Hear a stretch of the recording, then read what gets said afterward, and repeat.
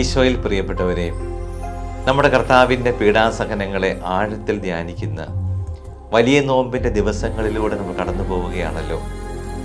വലിയ നോമ്പിൽ പ്രാധാന്യത്തോടെ നമ്മൾ ആചരിക്കുന്ന ദിനമാണ് 40-ാം വെള്ളി. പേത്രത്താ ദിനം മുതൽ നോമ്പ് ആരംഭിച്ച് 40 ദിവസങ്ങൾ പിന്നിടുന്ന വെള്ളിയാഴ്ച പ്രാധാന്യത്തോടെ ആചരിച്ച് പീഡാനുഭവ വാരത്തിലേക്ക് പ്രവേശിക്കുന്ന രീതിയാണ് നമ്മുടെ സഭാ പാരമ്പര്യത്തിലുള്ളത്. അതുകൊണ്ടാണ് 40-ാം വെള്ളി വിശുദ്ധ വാരത്തിലേക്കുള്ള കവാടം എന്നറിയപ്പെടുന്നത്. നമ്മുടെ സഭാ പാരമ്പര്യത്തിൽ 40-ാം വെള്ളിക്ക് വലിയ പ്രാധാന്യം കൽപ്പിച്ചിട്ടുണ്ട്. ഈശോ 40 ദിനരാത്രങ്ങൾ ഉപവസിച്ചതും പഴയ നിയമത്തിൽ മോശ 40 ദിനരാത്രങ്ങൾ പ്രാർത്ഥിച്ചതിൻ്റെയും ഓർമ്മയായിട്ടാണ് നോമ്പിൻ്റെ 40 ദിനങ്ങൾ കരുതിയിരുന്നത്. ആദ്യകാലങ്ങളിൽ ദനഹാകാലം മുതലുള്ള 40 ദിവസങ്ങളായിരുന്നു നോമ്പിൻ്റെ ദിനങ്ങൾ. പിന്നീട് പീഡാനുഭവ വാരത്തിൻ്റെ ആചരണവും. എന്നാൽ നോമ്പ് പിന്നീട് ഏകീകരിച്ചപ്പോഴാണ് ഇപ്പോഴുള്ളതുപോലെയുള്ള നോമ്പ് ആചരണം വന്നത്. അതുകൊണ്ട് തന്നെ കേരള സഭയുടെ പാരമ്പര്യങ്ങളിൽ നോമ്പിൻ്റെ 40 ദിവസങ്ങൾ പിന്നിടുന്നത് വലിയ പ്രാധാന്യത്തോടെ കരുതിയിരുന്ന പാരമ്പര്യം നിലനിന്നിരുന്നു. പ്രിയപ്പെട്ടവരെ, നമ്മുടെ ഇടവകകളിൽ 40-ാം വെള്ളി ചെറിയ തോതിലൊക്കെ ആചരിക്കാറുണ്ട്.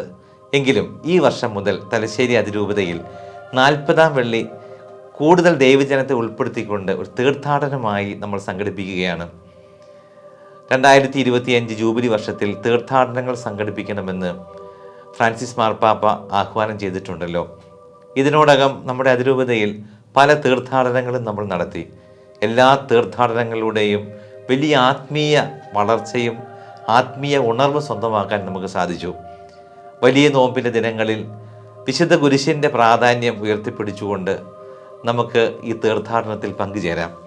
2025 ഏപ്രിൽ മാസം 11-ാം തീയതിയാണ് ഈ വർഷത്തെ 40-ാം വെള്ളി വരുന്നത്.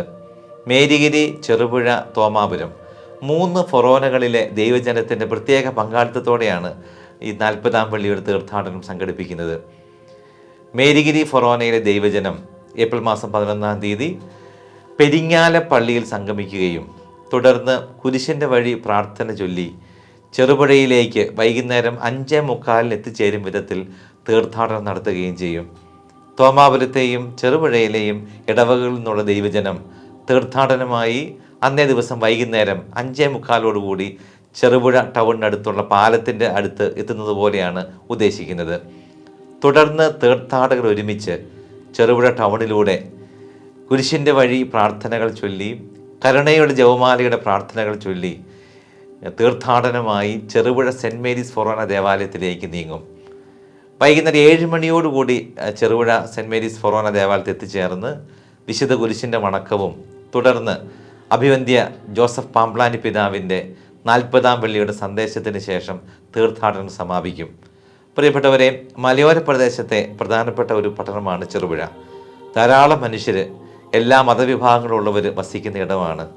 ദൈവജനം ഒന്നടങ്കം നമ്മുടെ രക്ഷയുടെ അടയാളമായ വിശുദ്ധ കുരിശും കയ്യിലേന്തി തീർത്ഥാടനം നടത്തുമ്പോൾ വലിയ സാക്ഷ്യത്തിൻ്റെ അവസരമായി അത് മാറും. പ്രത്യേകിച്ച് നമ്മൾ ചെറുപുഴ ടൗണിൽ ഈശോയുടെ പീഡാനുഭവ രംഗങ്ങൾ ചിത്രീകരിക്കുന്ന പ്ലോട്ടുകളൊക്കെ ഒരുക്കാൻ പ്ലാൻ ചെയ്യുന്നുണ്ട്. വലിയ ജനപങ്കാളിത്തത്തോടെ രൂപതയുടെ എല്ലാ ഭാഗങ്ങളിൽ നിന്നുള്ള ആളുകൾ എത്തിച്ചേർന്ന് പ്രത്യേകിച്ച് യുവജനങ്ങളുടെയൊക്കെ പ്രത്യേക പങ്കാളിത്തത്തോടു കൂടിയാണ് ഈ കുരിശിൻ്റെ വഴിയുടെ തീർത്ഥാടനം നമ്മൾ സംഘടിപ്പിക്കുന്നത്. കുരിശിൻ്റെ വഴിയുടെ തീർത്ഥാടനത്തിൽ നമ്മൾ പങ്കുചേരുമ്പോൾ ദണ്ഡവിമോചനമാണ് കർത്താവ് നമുക്ക് നൽകുന്നത്. രക്ഷയുടെ അടയാളമായ വിശുദ്ധ കുരിശിൻ്റെ തണലിൽ നമുക്ക് മുന്നോട്ട് പോകാം. ജീവിതത്തിൻ്റെ സഹനങ്ങളും പ്രയാസങ്ങളും ഒക്കെ കുരിശിലേക്ക് നോക്കി അതിജീവിക്കാനാണല്ലോ കർത്താവ് നമ്മോട് പറഞ്ഞിരിക്കുന്നത്. അതുകൊണ്ട് ഈ വലിയ നോമ്പിൻ്റെ ഈ തീർത്ഥാടനം നമ്മുടെ ആത്മവിശുദ്ധീകരണത്തിന് തീർച്ചയായിട്ടും ഉപകരിക്കും. മാത്രമല്ല, ഈ നോമ്പുകാലം നമുക്ക് ഈശോയ്ക്ക് സാക്ഷികളാകാനുള്ള ഒരു അവസരമായി മാറുകയും ചെയ്യും. അതുകൊണ്ട് ചെറുപുഴയിൽ നടക്കുന്ന 40-ാം വെള്ളി തീർത്ഥാടനത്തിലേക്ക് എല്ലാവരെയും വളരെ സ്നേഹത്തോടെ സ്വാഗതം ചെയ്യുകയാണ്. കുരിശിലെ ഈശോ നമുക്ക് രക്ഷ പകരും. 40-ാം വെള്ളി ആചരണത്തിലൂടെ കൂടുതൽ ഒരുക്കത്തോടുകൂടി നോമ്പിൻ്റെ ഏറ്റവും തീക്ഷ്ണ ദിനങ്ങളായ പീഡാനുഭവ വാരത്തിലേക്ക് നമുക്ക് പ്രവേശിക്കാം. എല്ലാവരെയും സ്നേഹത്തോടെ ചെറുപുഴയിലേക്ക് സ്വാഗതം ചെയ്യുന്നു.